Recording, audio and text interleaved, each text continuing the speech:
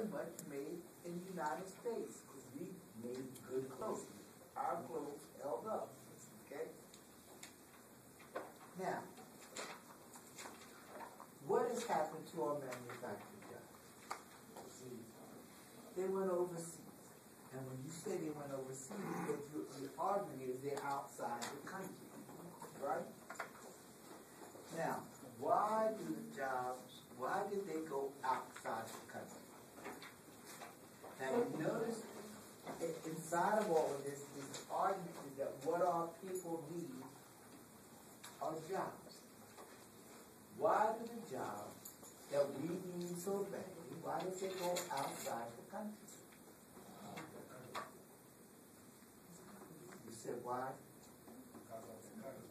What do you mean because of the economy?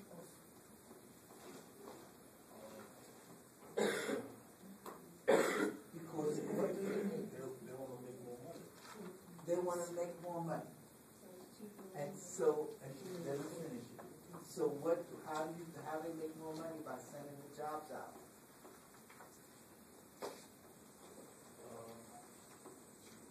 Basically, there's capitalism. I understand. So capitalism says that send the jobs outside the country. How does that get you more money? It gets you more money because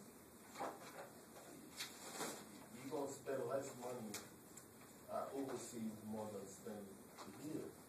So it's better for you to send it everything outside the country instead of living here. So for instance, let's say that you can pay $1 for somebody outside to do the job instead of pay $5 a year for somebody to do the job. So you make more money and you save money. Good. I know you look forward to it. Yes. I was just going to piggyback on what he said. It's simple business. You pay what you can pay someone like $2. But it's a simple business. Is that simple business? Now, notice that what we're talking about, remember way back when we started talking about things like you look at the disparity between incomes in countries. And we said that the capitalistic countries had a bigger disparity between the rich and the poor than all the socialist countries and communist countries, or the socialist countries. Remember that? Okay. Now, if we're arguing that the important thing is for us to have jobs, is that the important thing, or is the important thing is for a group of people to make money? Which one is more important? Now there's no answer to that question, okay? But it's something to think about. Because it may be more important for a group of people, the wealthy, to make money than it is for the poor to have a job. Okay? Because if it was a matter of jobs, if that was the only matter, why am I shipping jobs overseas? Why am I solving somebody else's employment problem and making one for mine? I solve country X's employment problem because I'm employing their people, and I'm making it worse for mine because my people are going out of work. Okay? Now, what else happens when I ship a job overseas? One, the obvious thing is that I make money because I'm paying their laborers $8 a week, and I pay mine $8 an hour. Okay? So clearly, that's a big savings. But what other savings come into play? What else does my shipping these full-time jobs out of country do? What else does it do to my coffers?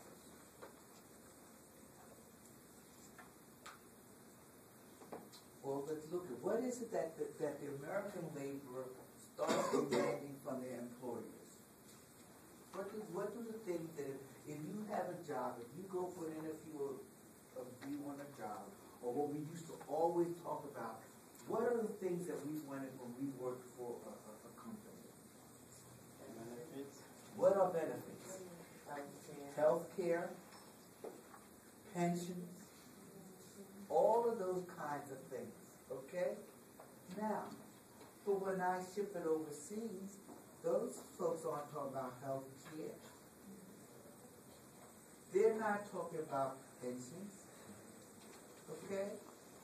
And what I have consciously done, in addition to doing that, is I have managed to break up the unions, because there's no union. You don't have any people, you can have any union, right? So that fighting arm has disappeared also. Okay, that arm that said the thing that brought about the equality in the first place, the thing that brought about the middle class in the first place, is that middle class get together, you folks get together, and we will develop a middle class where you can't work for $1 an hour or $8 a day like these other people in these other countries can do. We're going to demand living wages for our jobs.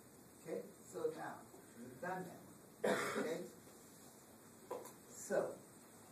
Now that means that just taking a manufacturing job, we have lost millions of jobs. Because if you look at your clothing, you will discover that it's made every place, every little niche on the globe except the United States. You can kidding?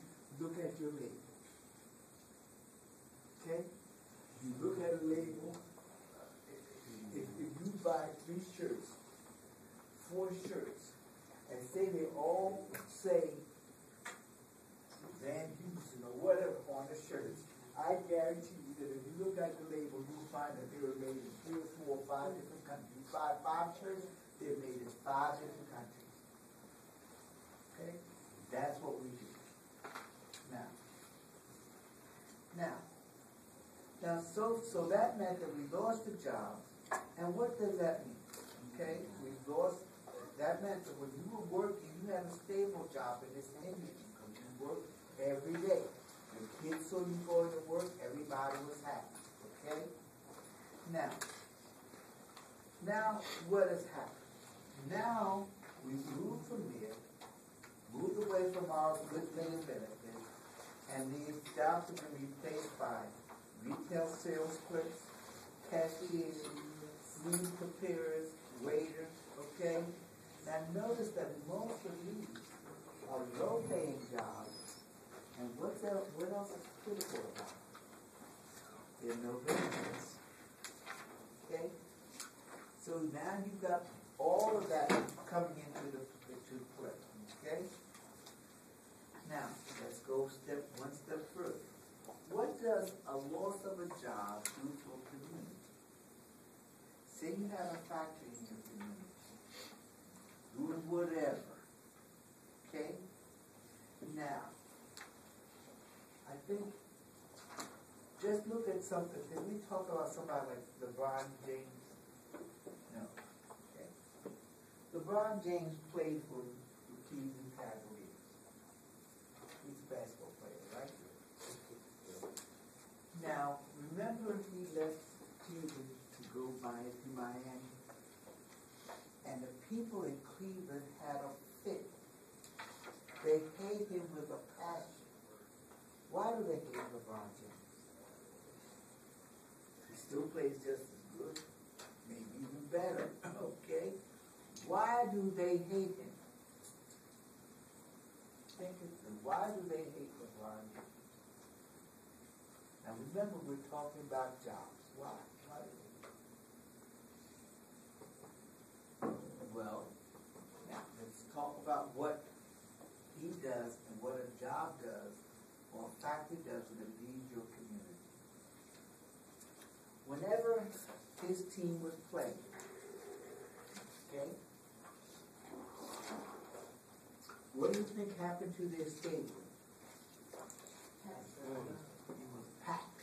Okay? Packed. Everybody, whenever Cleveland had a game, the stadium they knew was packed. Now, what does that mean if the stadium's packed? People come in, and people go to basketball games, and football games, and baseball games. Half the time they don't even see the game. Okay? Because they're too busy drinking, socializing, and doing everything else with their friends. Right? So now when you go there, they have concession stands. how many people on those concession stands? They might have 500 people working concession stands, meaning they all get money. Okay? If the stadium is packed, the concession stand gets much, much more people. I didn't say it, but there's more people eating at the concession stand, which means more people have jobs. Okay? And notice when we say jobs, it's not just the people who are working on the concession stands that's getting the jobs. Look at it. I'm the hot dog supplier. I love it. Okay? Because that means instead of people eating 1,000 hot dogs, they eat 5,000 hot dogs. Which means I supply that. Which means that I've got people that I have to hire to make these hot dogs and to deliver the hot dogs. And the roll. And the pretzels. All the little simple things that seem to mean nothing. Okay? Now what else happens? If you go to a game, you never go there if the game starts at 8. Nobody goes at 8:10. They all go at 6 o'clock. What does that mean to all the stores around that arena? People are stopping by. They see this jacket, or they see a dress, or they see some shoes. They say, wonderful, let's go in here and check them out. Many of the people who are coming in would never come into Cleveland, because they're smart, but they would never come into Cleveland, because they have money, and they see things in these shops, they buy them. Which means they profit. All the restaurants sitting around the arena profit. Okay? And when people leave the game, they say, look, we came in here, we drove an hour to get here, let's party. And so they go to the bars and to these after-hour clubs and all these things. So everybody was making money. You remove that person from there, and now all of a sudden all these people aren't coming in anymore. So now they got to find another way to replace that industry name LeBron James. Okay? And that's the same kind of thing that happens with something like your book shows that the plant closed up in Linden, New Jersey. And what that closing of the plant does to the whole community. Because now it means that all the shops that were working, they knew that they had so many people coming in for lunch, who knew that, look, if they needed some tires, instead of waiting till they got home, they stopped by the tire shop and get some tires. All of those things happen. Remove the person, or remove the plant, and then all of a sudden you've got 5,000 people out of job. That's 5,000 homes that aren't spending money. Look at the difference between your roads during the school year and your roads during summer. Just look at the difference. Drive down the parkway or the turnpike during the summer, unless you go to the beach on Saturday mornings and all we fools get on the parkway. You get on the parkway and you can travel up and down with no difficulty. Okay? Wait until school starts. And look at just what the school system does. You can't move. Okay? Because all the school buses are there. All the people delivering food to the schools are there. All the teachers are on the road. All the kids are... look, that's what an industry does. Okay? Now, so what happens is you can see that a community can get devastated just by losing a factory. Notice what these people will do. If an automobile plant wants to open, say we know that Honda wants to open an automobile factory. Where do we want that factory to be? Well, if you're in Newark, you want it to be here. If you're in Cleveland, you'd like to open up in Cleveland. If you're in Philadelphia, you'd like to open up in Philadelphia, right on the outskirts of Philadelphia. If you're in Atlanta, you want them to open up around there. Now, note, hear me clearly. That becomes so critical that the governments of these cities will offer the people tax incentives to come in.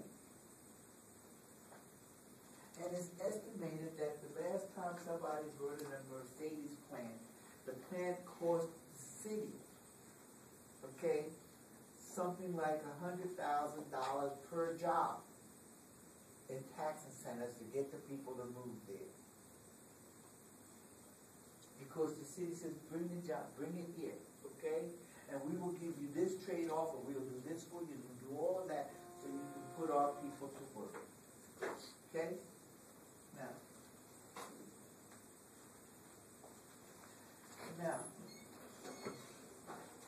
the other thing that will happen is, once a person loses his job, or her job, what that means is that all of the things that it did for the family, all the things that it did about your children, okay, all of the examples it gave, like get up, you go to work, and blah, blah, blah, blah, blah, and now all of a sudden, you don't have a job. So your kids don't see you doing that. Now it gets very tricky here, okay? Because what happens is, believe it or not, most of us, when we lose a job, who do we blame? Who do you blame when you lose your job? You know who? No, you don't. You blame yourself. You blame yourself. Okay? And this is what we meant when we started talking about sociological imagination and things of that nature. Because what it came down to was not you. Okay? And one of the reasons why we blame ourselves, because the company keeps some people, why they keep me? Okay? They keep all these other people. So we end up invariably saying that there's something wrong with number one. That's why the job is going to have nothing to do with you. Okay? Nothing. But that's what we do. And what happens is it comes home and your family, who do they blame? They blame you. And your kids, they blame you. And then your kids who didn't want to go to school or do anything in the first place start getting the idea, well, why should I waste my time studying to get a job when this can happen? Okay? So all of those kinds of things, so it has a repercussion. Okay? And that's just what jobs do. Now all of a sudden, say you lose your health insurance.